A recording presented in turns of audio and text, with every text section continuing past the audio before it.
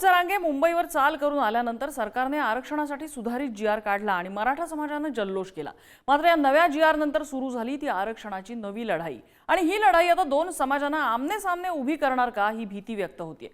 त्याच अनुषंगाने सुरू असलेल्या घडामोडींचा आढावा घेणारा हा रिपोर्ट बघूया। आरक्षणाच्या जी आर वरून मराठा ओबीसी आमने-सामने। आरक्षणाची लढाई आता कोर्टातही लढणार। ओबीसींच्या मागण्यांसाठी विरोधक सरसावले। मराठा आरक्षणासाठीचा जी आर सरकारने काढला आणि त्या विरोधात ओबीसी समाजातून एल्गार पुकारण्यात आला। तसा मराठा समाजही या जी आर बाबत फारसा खुश दिसत नाहीये, पण ओबीसींमध्ये मात्र असंतोषाची लाट आहे। आपल्या हक्काच्या आरक्षणात वाटेकरी वाढणार याची भीती असल्याने ओबीसी नेते कोर्टात जायची तयारी करतायत, तर तिकडे मराठा समाजाने कोर्टातल्या लढाईची तयारी आधीपासूनच केलेली दिसतेय। मराठा आंदोलक गंगाधर काळकुटे पाटील यांनी सुप्रीम कोर्ट आणि हायकोर्टात कॅव्हेट दाखल करून ठेवली आहे।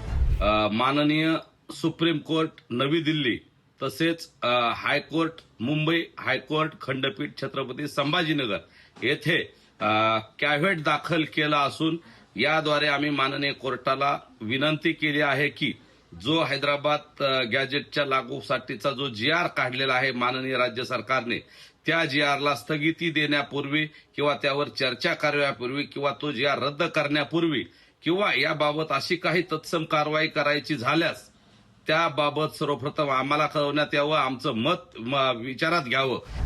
नव्या जी आर नंतर सरकारमधील ओबीसी नेत्यांची नाराजी समोर आली। ओबीसींचं साखळी उपोषण काही मागण्या मान्य करून संपवण्यातही सरकारला यश आलं। ओबीसी उपसमितीनंतर त्यांची नाराजी केवळ व्यक्त होण्यापुरतीच मर्यादित राहिली आहे, त्यावर कुठलीही कारवाई अद्याप झालेली दिसत नाही। सरकारमधील नेतेही ओबीसी समाजाची बाजू घेत असताना दुसरीकडे याच जी आरची री ओढतायत। या महाराष्ट्रामध्ये ज्यांच्या कुणबी नोंदी आहेत त्या मराठा समाजाला ओबीसीतून आरक्षण देण्यासंदर्भामध्ये कुठल्याही ओबीसी कार्यकर्त्याचं, ओबीसी नागरिकाचं किंवा ओबीसी नेत्यांचं दुमत नाही। ज्यांची ओरिजिनल नोंद आहे, जे कुणबी आहेत आणि त्यांना दाखला देण्याच्या संदर्भात कुणाची हरकत नाही, परंतु त्यामध्ये खाडाखोड करणं, त्यामध्ये मागं पुढं लिहिणं, दाखलं मिळवणं, बनावट दाखले तयार करणं या संदर्भामध्ये आमच्या सगळ्यांचा आक्षेप आहे। पवारांची दुटप्पी भूमिका समोर आलेली आहे। मराठा समाज आणि ओबीसी समाज हे दोन्ही समाज यांच्यात जो आपण पाठी आपल्या तुम्हाला पाहताय ते दोन्ही समाजाला एकत्रितरित्या दोन्ही समाजावरती अन्याय होणार नाही या बाबतीमध्ये राज्य सरकार काळजी घेईल। आणि निश्चित प्रकारे एवढं सांगतो की असं उलटं मी तुमच्या माध्यमातून सर्वांना सांगतो की आपण सगळीच माणसं आहोत, सगळ्यांचं रक्त लालाही विनाकारण आहे, तर समाजामध्ये काही लोक भांडणं लावायचा प्रयत्न करतायत, असं कुणी करू नये आणि शासन दोन्ही समाजाला सारखाच न्याय देईल। लक्ष्मण हाकेंकडून आरोप केला जातो ओबीसीवरती घाला घातला जातो राज्य सरकारकडून। चला विरोधकांनी मात्र ओबीसींसाठी कंबर कसली आहे। विरोधी पक्षनेते विजय वडेट्टीवार यांनी ओबीसी नेत्यांची बैठक बोलावली असून त्यात पुढील दिशा ठरवण्यात येणार आहे। यावर मनोज जरांगेंनी त्यांना मराठ्यांविरोधात नव्हे तर समाजासाठी लढण्याचा सल्ला दिलाय, तर मंत्री बावनकुळेंनीही त्यांना सल्ला घ्यायला सांगितलंय। मी काँग्रेसचा नेता म्हणून इथे बोलत नाही, ओबीसीचा कार्यकर्ता म्हणून मी ही भूमिका मांडतो आहे। नाही, कोणी जर सत्ताधाऱ्याचं मांडलिकत्व स्वीकारून ओबीसीवर नुकसान करत असेल तर जनता योग्य निर्णय घेईल। मला माझ्या समाजाला जे पाहिजे ते मिळेल,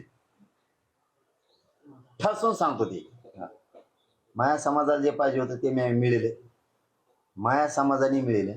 आम्ही दोघंही चरण राहतो, गरीब मराठ्यांनी आम्हाला जे पाहिजे होतं ते आम्ही मिळविले। हैदराबादचं गॅजेटेवर पाहिजे होतं, घेतच नव्हते, तो कायदा बनेल, हे लहान गोष्ट नाही। त्याचा जे आर काढला, सातारा संस्थान घेतलं, 2 झाले, 58 लाख नोंदी झाल्या, 3 कोटी ते झाले। मला आणि माझ्या समाजाला जे पाहिजे ते मी केलं। वडेट्टीवारजींना असं वाटतं की याच्यामध्ये हे काही त्यांना संभ्रम आहे किंवा संशय आहे किंवा काही ते मांडतील माझ्याकडे, मुख्यमंत्र्याकडे, त्यावर चर्चा करू। नाही, मला असं वाटतं त्यांनी दोघातला पहिले समन्वय करून घ्यावा। बबनराव तायवाडेजी काँग्रेस पक्षाचे नेते आहेत, ते सांगतात आणि ते ओबीसीचे राष्ट्रीय त्यांची ओबीसी समाजाची त्यांची राष्ट्रीय कार्यकारिणी आहे, त्यात त्यांनी मांडलं की कुठलाही अन्याय झाला नाही, कुठलाही त्या ठिकाणी झालं नाही। तर मग वडेट्टीवारजींनी एकदा त्या ठिकाणी अशी टीका करणे, मला वाटतं दोघांचेही मत वेगवेगळं दिसते का पक्षामध्ये।